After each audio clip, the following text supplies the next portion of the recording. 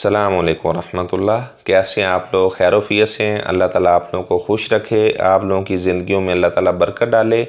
آج انشاءاللہ میں آپ لوگوں کے ساتھ انبیاء کرام علیہم السلام نے جو اللہ تبارک و تعالیٰ سے دعائیں کیں، وہ دعائیں انشاءاللہ میں آپ کے ساتھ شیئر کروں گا، اور بلکہ آپ ان دعاؤں کو ضرور پڑھا کریں، آپ کو بہت فائدہ ہوگا۔ اگر آپ کسی مصیبت میں، پریشانی میں مبتلا ہیں، آپ کے پاس اولاد نہیں ہے، آپ مقروض ہیں، آپ کے پاس آپ کا ذاتی گھر نہیں ہے، یعنی آپ کسی وجہ سے بھی پریشان ہیں، تو آپ یہ دعائیں پڑھیں جو انبیاء علیہم السلام نے دعائیں پڑھی، تو اللہ تعالیٰ آپ کی ساری پریشانیوں کو دور فرما دیں گے۔ ہمارے باپ آدم علیہ السلام جب ان سے خطا ہوئی، وہ درخت کے قریب چلے گئے، تو اللہ تبارک و تعالیٰ فرماتے ہیں ہم نے خود ان کو چند کلمات سکھا دیے، تو انہوں نے وہ کلمات پڑھے تو اللہ تعالیٰ نے ان کی توبہ کو قبول کیا۔ تو وہ کلمات کیا تھے؟ بسم اللہ الرحمن الرحیم، ربنا ظلمنا انفسنا وان لم تغفر لنا وترحمنا لنکونن من الخاسرین۔ یہ سورہ اعراف کی 23 نمبر آیت ہے۔ آپ اسے یاد کر لیں، روزانہ آپ اسے پڑھا کریں۔ ایسے ہی حضرت نوح علیہ السلام کی دعا بھی موجود ہے۔ نوح علیہ السلام نے اللہ تبارک و تعالیٰ سے یہ دعا کی تھی، ربی انی مغلوب فانتصر۔ آپ بھی اگر پریشان ہیں، کسی وجہ سے کوئی چیز آپ کے اوپر غالب ہے، آپ مغلوب ہو چکے ہیں، آپ یہ دعا پڑھیں، اللہ تعالیٰ کی ساری پریشانیوں کو دور فرما دیں گے۔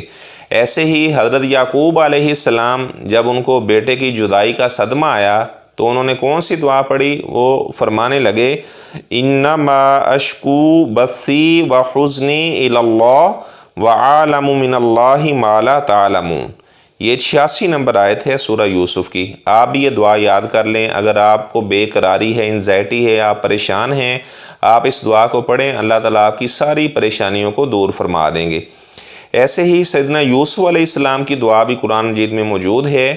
اللہ تبارک و تعالیٰ سے انہوں نے یہ دعا کی، اور اللہ تعالیٰ کا اس انداز سے انہوں نے شکریہ ادا کیا، ربی قد آتیتنی من الملک وعلمتنی من تأویل الاحادیث فاطر السماوات والارض انت ولی فی الدنیا والآخرہ توفنی مسلما والحقنی بالصالحین۔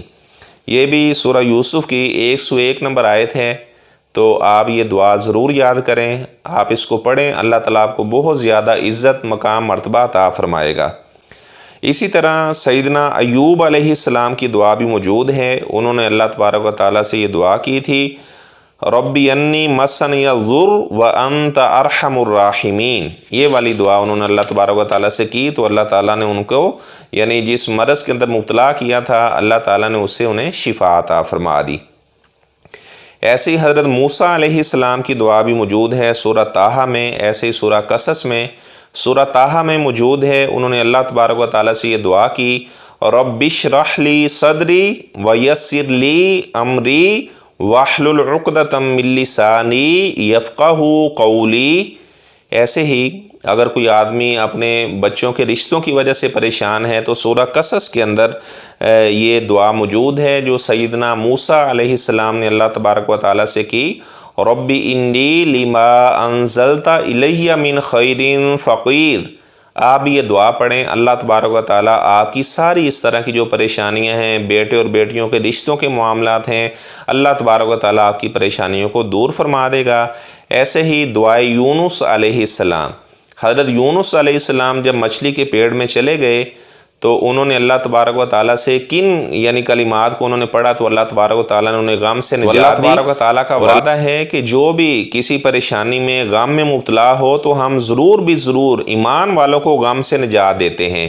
تو سیدنا یوسف علیہ السلام نے یہ والی دعا پڑھی، لا الہ الا انت سبحانک انی کنت من الظالمین۔ آپ یہ دعا یاد کر لیں، ضرور پڑھیں۔ اس دعا پڑھنے کے بہت زیادہ فائدے ہیں۔ اس کو آیت کریمہ بھی کہا جاتا ہے، بعض لوگ یعنی خصوصی طور پر اس کا ورد بھی کرتے ہیں۔ بہرحال آپ یہ دعا پڑھیں، اللہ تبارک و تعالیٰ آپ کی ساری پریشانیوں کو دور فرما دیں گے۔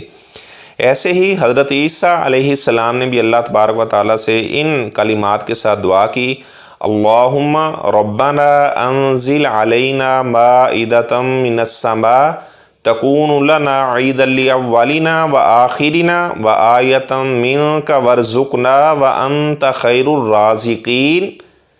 اگر آپ کرائے کے گھر پر رہ رہے ہیں، آپ کے پاس اپنی چھت نہیں ہے، تو آپ یہ دعا ضرور پڑھیں، اللہ تبارک و تعالیٰ آپ کے لیے سارے معاملات اس میں آسانیاں پیدا فرما دیں گے۔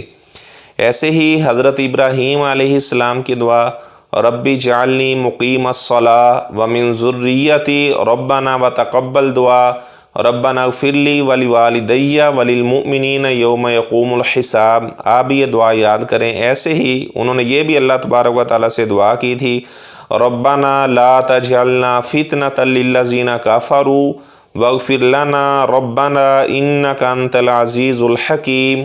یہ دعا پڑھیں، یہ بہت ہی مجرب دعا ہے، ہر قسم کی پریشانی سے اللہ تبارک و تعالیٰ آپ کو نجات عطا فرمائیں گے۔ ایسے ہی حضرت شعیب علیہ السلام کی دعا بھی قرآن مجید میں موجود ہے۔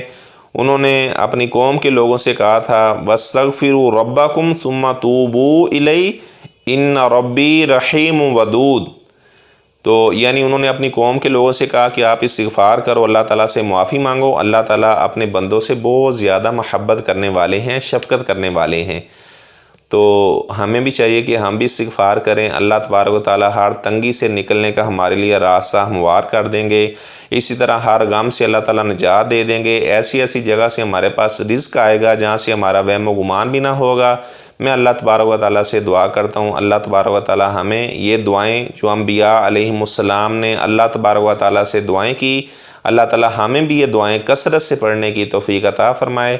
السلام علیکم ورحمۃ اللہ وبرکاتہ۔